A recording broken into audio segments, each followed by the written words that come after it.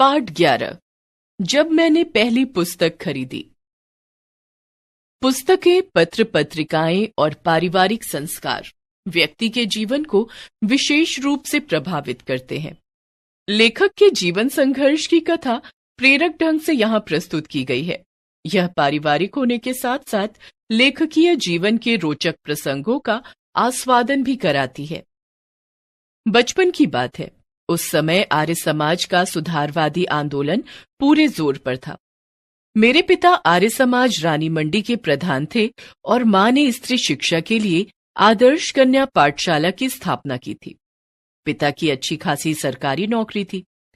Burma road जब बन ही रही थी तब बहुत कमाया था उन्होंने, लेकिन मेरे जन्म के पहले ही गांधी जी के आह्वान पर उन्होंने सरकारी नौकरी छोड़ दी थी। हम लोग बड़े आर्थिक कष्टों से गुजर रहे थे, फिर भी घर में नियमित पत्र पत्रिकाएं आती थीं। आर्य मित्र, साप्ताहिक, वेदोदय, सरस्वती, गृहिणी और 2 बाल पत्रिकाएं, खास मेरे लिए बाल सखा और चमचम। उनमें होती थी परियों, राजकुमारों, दानवों और सुंदर राजकन्याओं की कहानियां और रेखाचित्र। मुझे पढ़ने की चाह लग गई। हर समय पढ़ता रहता। खाना खाते समय थाली के पास पत्रिकाएं रखकर पढ़ता। अपनी दोनों पत्रिकाओं के अलावा सरस्वती और आर्यमित्र भी पढ़ने की कोशिश करता। घर में अन्य पुस्तकें भी थीं। उपनिषद और उनके हिंदी अनुवाद सत्यार्थ प्रकाश। सत्यार्थ प्रकाश के खंडन मंडन वाले अध्याय पूरी तरह समझ में नहीं आते थे, पर पढ़ने में मजा आता था। मेरी प्रिय पुस्तक थी स्वामी दयानंद की एक जीवनी, रोचक शैली में लिखी हुई, अनेक चित्रों से सुसज्जित। वे तत्कालीन पाखंडों के विरुद्ध अदम्य साहस दिखाने वाले अद्भुत व्यक्तित्व थे। कितनी ही रोमांचक घटनाएं थी उनके जीवन की, जो मुझे बहुत प्रभावित करती थी। चूहे को भगवान का प्रसाद खाते देखकर मान लेना कि प्रतिमाएं भगवान नहीं होती, घर छोड़कर भाग जाना, तमाम तीर्थों, जंगलों, गुफाओं, हिम शिखरों पर साधुओं के बीच घूमना और हर जगह इसकी तलाश करना कि भगवान क्या है, सत्य क्या है। जो भी समाज विरोधी, मनुष्य विरोधी मूल्य हैं, रूढ़ियां हैं, उनका खंडन करना और अंत में अपने हत्यारे को क्षमा कर उसे सहारा देना, ये सब मेरे बाल मन को बहुत रोमांचित करता। माँ स्कूली पढ़ाई पर जोर देती, चिंतित रहती कि लड़का कक्षा की किताबें नहीं पढ़ता, पास कैसे होगा, कहीं खुद साधु बनकर घर से भाग गया तो। पिता कहते, जीवन में यही पढ़ाई काम आएगी, पढ़ने दो। मुझे स्कूल नहीं भेजा गया था। शुरू की पढ़ाई के लिए घर पर मास्टर रखे गए थे। पिता नहीं चाहते थे कि नासमझ उम्र में मैं गलत संगति में पढ़कर गाली गलौज सीखूं, बुरे संस्कार ग्रहण करूं।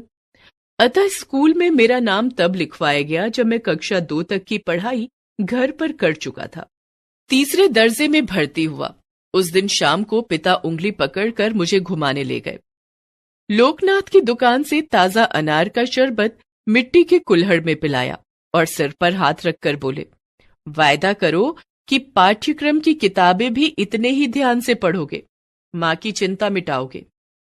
उनका आशीर्वाद था या मेरा जी तोड़ परिश्रम कि तीसरे चौथे दर्जे में मेरे अच्छे नंबर आए और 5वें दर्जे में तो मैं प्रथम आया। मां ने आंखों में आंसू भरकर मुझे गले लगा लिया। पिता मुस्कुराते रहे, कुछ बोले नहीं। अंग्रेजी में मेरे नंबर सबसे ज्यादा थे, अतः स्कूल से इनाम में अंग्रेजी की 2 किताबें मिली। एक में 2 छोटे बच्चे घोंसलों की खोज में बागों और कुंजों में भटकते हैं और इस बहाने पक्षियों की जातियां, उनकी बोलियां, उनकी आदतों की जानकारी उन्हें मिलती है। दूसरी किताब थी ट्रस्टी द रग, जिसमें पानी के जहाजों की कथाएं थी। वे कितने प्रकार के होते हैं, कौन कौन सा माल लाद कर लाते हैं, कहाँ ले जाते हैं, नाविकों की जिंदगी कैसी होती है, कैसे कैसे जीव मिलते हैं, कहाँ वेल होती है, कहाँ शार्क होती है, आदि। इन 2 किताबों ने मेरे लिए एक नई दुनिया का द्वार खोल दिया। पक्षियों से भरा आकाश और रहस्यों से भरा समुद्र। पिता ने अलमारी के एक खाने में अपनी चीजें हटाकर जगह बनाई और मेरी दोनों किताबें उस खाने में रखकर कहा, आज से यह खाना तुम्हारी अपनी किताबों का, यह तुम्हारी लाइब्रेरी है। यहां से आरंभ हुई उस बच्चे की लाइब्रेरी। आप पूछ सकते हैं कि किताबें पढ़ने का शौक तो ठीक, किताबें इकट्ठी करने की सनक क्यों सवार हुई? इसका कारण भी बचपन का एक अनुभव है। अपने मोहल्ले में एक लाइब्रेरी थी, हरि भवन। स्कूल से छुट्टी मिलते ही मैं उसमें जाकर जम जाता था। पिता दिवंगत हो चुके थे। लाइब्रेरी का चंदा चुकाने का पैसा नहीं था, अतः वहीं बैठकर किताबें लेकर पढ़ता रहता था। छोटे से हरि भवन में खूब उपन्यास थे। वहीं परिचय हुआ बंकिम चंद्र चट्टोपाध्याय के दुर्गेश नंदिनी, कपाल कुंडला और आनंद मठ से, तथा टॉलस्टॉय की अन्ना करेनिना, विक्टर ह्यू की पेरिस का कुबड़ा, गोर्की की मदर और सबसे मनोरंजक सर्वारीस का विचित्र वीर अर्थात डॉन क्विक्सोट। हिंदी के ही माध्यम से सारी दुनिया के कथापात्रों से मुलाकात करना कितना आकर्षक था। लाइब्रेरी खुलते ही पहुंच जाता, और जब लाइब्रेरियन शुक्ल जी कहते कि बच्चा अब उठो, पुस्तकालय बंद करना है, तब बड़ी अनिच्छा से उठता। जिस दिन कोई उपन्यास अधूरा छूट जाता, उस दिन मन में कसक होती कि काश इतने पैसे होते कि सदस्य बनकर किताब इशू करा लाता, या काश इस किताब को खरीद पाता तो घर में रखता। एक बार पढ़ता, 2 बार पढ़ता, बार बार पढ़ता, पर जानता था कि यह सपना ही रहेगा। भला कैसे पूरा हो पाएगा? पिता के देहावसान के बाद तो आर्थिक संकट इतना बढ़ गया कि पूछिए मत। फिर भी मैंने जीवन की पहली साहित्यिक पुस्तक अपने पैसों से कैसे खरीदी, ये आज तक याद है। उस साल मैंने इंटरमीडिएट पास किया था। पुरानी पाठ्य पुस्तकें बेचकर बीए की पाठ्य पुस्तकें लेने सेकंड हैंड बुक शॉप पर गया। उस बार जाने कैसे पाठ्य पुस्तकें खरीदकर भी 2 रुपए बच गए थे। सामने के सिनेमा घर में देवदास लगी थी, न्यू थिएटर्स वाली।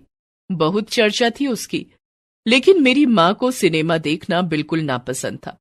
उसी से बच्चे बिगड़ते हैं, लेकिन उसके गाने सिनेमा घर के बाहर बजते थे। उसमें सहगल का एक गाना था, दुख के दिन अब बीतत नाही। उसे मैं अक्सर गुनगुनाता रहता था।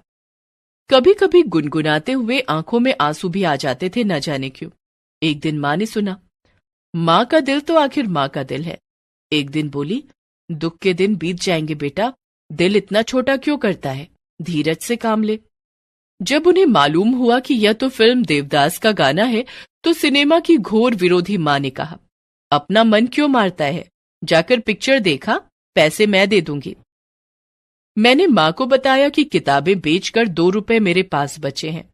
वे 2 रुपए लेकर माँ की सहमति से फिल्म देखने गया। पहला शो छूटने में देर थी। पास में ही परिचित किताब की दुकान थी, वहां जाकर पुस्तकें देखने लगा।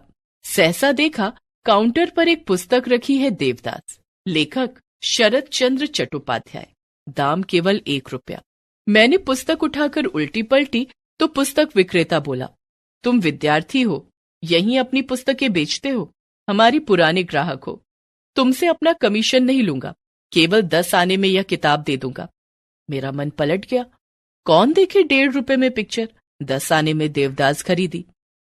जल्दी जल्दी घर लौट आया और 2 रुपए में से बचे 1 रुपया 6 आने माँ के हाथ पर रख दिए। अरे, तू लौट कैसे आया, पिक्चर नहीं देखी? माँ ने पूछा। नहीं माँ, फिल्म नहीं देखी, यह किताब ले आया, देखो। माँ की आंखों में आंसू आ गए।